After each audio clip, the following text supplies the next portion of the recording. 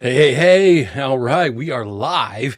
January 6th, 2026. Happy New Year. My name is Joey Ragona. Welcome to Heart Center Marketing for yet another year. We took off 2 weeks in, past 2 weeks, 2025. Hopefully you've had an amazing Christmas holiday season. Happy Hanukkahs and all that stuff moving into the new year. And of course, a happy new year. Today we're going to talk about something that I never ever thought that I would be talking about, which is the nervous system. And this is kind of a new thing for me. Let me just hit this guy and oops, let me mute this guy. Okay. And can I wonder if my bad. There we go. All right, cool. I just wanted to look at my monitor down here for my my iPad to make sure that I can see everybody in the Facebook group, because I do have that open here. If you're here with me live, let me know with a hashtag live or hashtag replay. And like I said, we're talking about the nervous system today. I made some notes here because this is something that I really never thought I'd be talking about, but I've been doing a lot of deep research and a lot of deep reflection in myself, deep understanding about who I am, what I'm all about, and all this kind of stuff. With a little bit of help from the AIs, of course. And I've noticed that over the last year that a lot of my clients are talking about nervous systems when they're coming into, or they are talking about nervous system.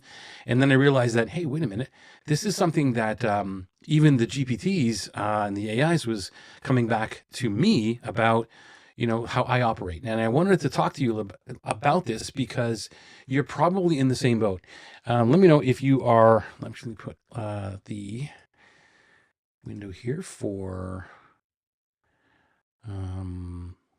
where are you? Comments. So if you do have a comment, forget that job to be done thing. I got to take that out there. But if you do have a comment on it or a question, let me know. But let me know if this sounds familiar to you. So you set a big money goal, maybe 10K months, or paying off debt, buying back time. You maybe plan out the week. It's on paper. It looks really clean. And the time, it will be different. You're telling yourself time is going to be different. By midweek, you're tired, you're distracted, you're doing admin work, or you're just not doing what you planned. And then the loop hits. What is wrong with me? Why can't I not just do the thing? And nothing is wrong with you. And this is what I figured out, that nothing is wrong with us. And your nervous system doesn't care about your revenue goal. It cares about your safety. And we talked about this today, even in the Academy, which is my private mastermind group. And we all have ways of protecting our nervous system. For me, it's a lot of what I used to think used to look like shutting down and avoiding things. And to a degree, there is a truth to that, but not to the degree where I thought I was failing. And for me, it usually looks like, hey, I'm just going to go take a nap, and I let my subconscious work out whatever I'm avoiding to do, which is maybe bookkeeping or something like that, or a problem I just didn't want to handle, whatever it is. And as well as binge watching like Netflix or something, going and looking at reruns of Everybody Loves Raymond or King of Queens or Seinfeld or something like that, because it just makes me feel safe, right? And that's what was one of the ways. And most business advice you follow does not feel safe to your system. And so I'm here to help you understand what that looks like from my perspective, my understanding of it. And I'd love to hear from you if you have a better understanding of this, or just maybe a different perspective that I can learn from you. That would be fantastic. So here's the core idea. The head versus the nervous system. Your head cares about numbers, goals, and strategies. That's true, right? And this is where, if you've heard me before, I talk a lot about where my head and my heart get in the way, or we're fighting each other in terms of different ways I've been looking at problems or situations. And the nervous system, which I was addressing as my heart, my soul, whatever that is, it cares about threat, shame, and energy drain. And this is a huge thing, especially for solopreneurs, is that energy drain. And when those two are in conflict, my heart and my head are fighting all the time, the nervous system wins every single time. So let me give you an example, because I have a few examples of this, but I'll just pick one. And I'll pick my tax situation. When that hit, I knew logically what needed to happen. And I needed to fix my back taxes, right? Like get that project in place and finished. And so, but every single time that I went to do numbers, um, I would shut down. And I didn't understand that that was really my nervous system protecting me. Uh, but I had to get over that. So my body checked out. I had fatigue, and it's not because I was lazy. It's not because I felt like there was too much of a threat. It's just because my nervous system didn't know how to handle that situation. So you want to be able to name what's going on. That's the biggest thing for me. And there was what I call the on ramps and the off ramps. Like what was happening that when I went in and opened up, a statement or something to do bookkeeping to catch up, what was that on ramp that triggered my nervous system to shut down and say, you know what? I'm not ready for this. I don't want to handle this right now. Let me go open up Netflix and watch some TV or something like that. It's just bad advice. Like, what are you looking at for the nervous system, and name that. So here's some bad advice that you might hear out there, which is, well, you've heard this stuff before. Just push harder, right? I'd heard that one before. Just push through it. Do it scared. And I'm okay. Makes a little bit of sense. If you wanted it badly enough, you'd make it happen.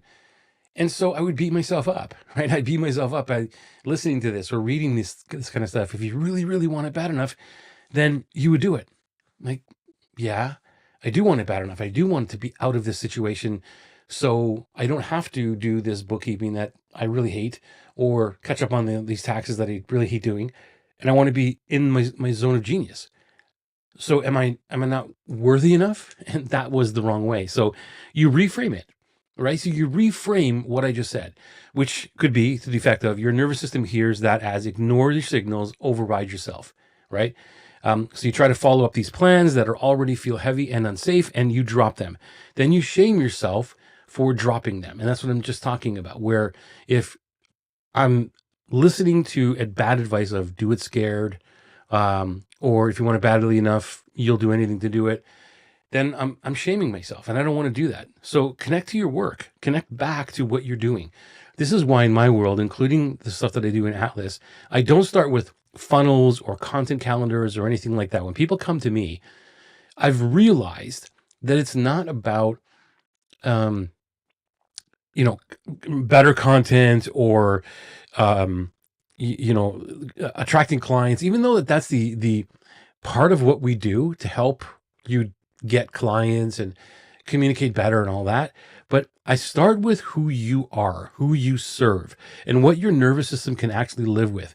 And I never really put those things together, that's why people were coming to me, and they didn't know that, right? Nobody really came to me and said, I'm coming to you to help, regulate or navigate through my nervous system when it looks at marketing or anything like that, copy, blah, blah, blah, right? I never really put the two together, but once I started to realize this over the last year, everything began to click. And so I want to give you a tool that I call the nervous system check. So what you do to do this is, before you commit to a strategy, a launch, a content plan, run it through a very simple check. I call it this nervous system check, and here's what it means. So question number one, there's 3 questions that you want to ask. Question number 1 is, could I keep doing this for 12 weeks without hating my life? Let me ask that again. Could I keep doing this for the next 12 weeks without hating my life? Not could I survive for 3 weeks on adrenaline. Could I actually live inside this for 12 weeks without burning out or resenting my business? Because this is why people come to me. Unfortunately, they come to me after they are totally burned out and exhausted, even financially drained, emotionally drained. And I'm like, this is okay. I can fix that, but it's not a great place to be. And I even was opened my eyes, or I wasn't open my, but 2 people opened my eyes very recently inside our Academy group. We have very special guests. We have VIP guests. Kylie Ryan and Daniel Amos was in there in the last couple of months, and they opened my eyes because they said, you are a rescuer. This is your pattern. You're a rescuer. And I always thought that was cool, but unfortunately, it's not really cool to be always the rescuer. the situation where I was coming in is like, okay, I can fix that. If you're completely broken, you're drained, you're all this, but I want to get to people before they get to that point. It doesn't mean that they're perfectly undrained. Is that a word? I don't know. But it's better if you come in and understand what your nervous system is wanting or understanding, and then we can fix it. We can work the business all around that. So that's the first question, is like, even if you're not working with me, you're working with another coach or you're working with yourself, could you keep doing this for the next 12 weeks? That's the way I look at. Right now, we are in the beginning of January. And today in the Academy group, which we do is we start off our 12-week action plan, action sprint, the goals. What are we going to do in the next 12 weeks, in this quarter? So we break it down into 4 quarters every single year. And so that's one of the questions is, can you do this one thing for the next 12 weeks without hating your life? Question number 2 is, what part of this feels heavy for my body and not just my mind? So it is the number of calls. Is it the number of calls? Is it the way that I'm supposed to sell? Is this a content volume? Like, your body is already telling you where the threat is. So for me, when I understood that, talking with coaches or looking at my own coaching business and thinking, do I want to have a low ticket? I get these offers every single week. Somebody emails me or DMs me or something and says, hey, I love your unfunnel stuff. But would you like to have, what would it look like if you had 10 to 20 qualified calls every single week? And I'm thinking, first of all, do you understand what the unfunnel means, which is totally opposite of what you're talking about? And second of all, do I want to be talking to 20 people, qualified people every single week? No, I don't. That just, and that would, I would feel something in my body, which is my nervous system. And I just like, why would I want that? I want 20 people a year, like 20 qualified people a year that we can go deep. We can go so deep inside of their business, inside of who they are, what they serve, who they serve, what they serve, all that. And I can do my best work because I'm engaged. We're a smaller knit community that I can do my best work, because I don't have to worry about thousands of people, every single month. And is it coming in? They're paying me, $7 a month or $99 a month, whatever it is. And are they going to cancel or are they not going to cancel? Whatever. And so that's for me. That's just for me. So I want you to understand, like, what is the part that feels heavy? And what feels heavy for me is trying to convert 20 people a week. If I had 10 calls, even more, as these people are promising me per week. I'm a little stuffed up here, if you can tell, and you're just getting over a cold, which is very rare for me to have a cold. But anyway, question number 3, how can I cut this in half and still move forward? That's a big one, right? Because I used this many years ago. What can I cut out and just still move forward?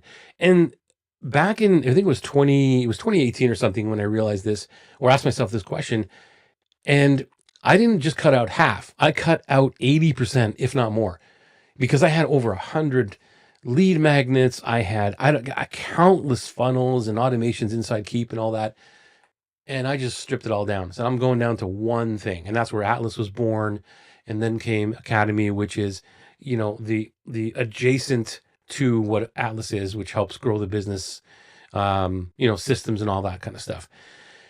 But that was the thing. That was the question. How can I cut this in half and still move forward? So maybe it's half the posting for you. Maybe it's half the launch activities if you're doing launches. Maybe it's half the complexity in the offer. And to me, that was one of the parts for me, which was, what's the offer look like? Okay, well, I was building all these pages, these landing pages, these sales pages, the email sequences, and all of that. And back in 2020, I just stopped it all. Said, you know what? I'm just going to put this onto a Google document, which was already there anyway, because I was, drafting it within a Google Doc. So, well, I'll just pretty this thing up a little bit, like clean it up, take out my thoughts, my draft thoughts, and send them this thing. And no more sales pages that I don't have to monitor, excuse me, somewhere else. And even the email sequences turned into me responding and having conversations with people live. And I know that sounds maybe counterintuitive to somebody who's like, well, I don't want to do that. I don't want to spend my time on DMs or speaking like that. Well, that's cool. That's maybe your system. To me, it was like, I can have 10 or 20 different conversations going on at one time because they're all sporadic. So it's a different way of me dealing with 20 people a week or something, right? Anyway, that's just me. Maybe you'll be shocked about half of like what you can actually take out of your business and still create movement in your business. So if you can't answer these three questions honestly, you're not making a plan. That's the bottom line. You're scheduling. You need to be able to schedule a future moment where you abandon yourself and call it a failure. Here's the thing. Every time that I've ignored this, I've paid it with shutdown. Every single time that I avoid those questions, shutdown. And for the taxes, that was a bad situation because it was it happened to me twice. So before when did I do 18? Yeah. So 2018 to 2024, whatever, when my taxes were behind. Before that, it was 5 years. So 5 years prior to that, I was waiting, and then I would have to catch up and then never have to do it. And then I thought to myself, I've never have to do this again. And I would always shut down. So every time I would go to do bookkeeping or catch up on just the simple stuff, I would just leave it. Say, okay, I don't need to do this right now. I'll do it later. And later became 5 years later. Anyway, so I just want you to understand that, all you have to do is do one tiny move every single week. And this is the tiny move. So before you add anything to your plate, I want you to take one thing off that your nervous system clearly hates. That's the secret, right? It's like, yeah, I can do this, but why should you? It's slowly delegating things out or deleting them altogether, and that was another thing that I just resisted.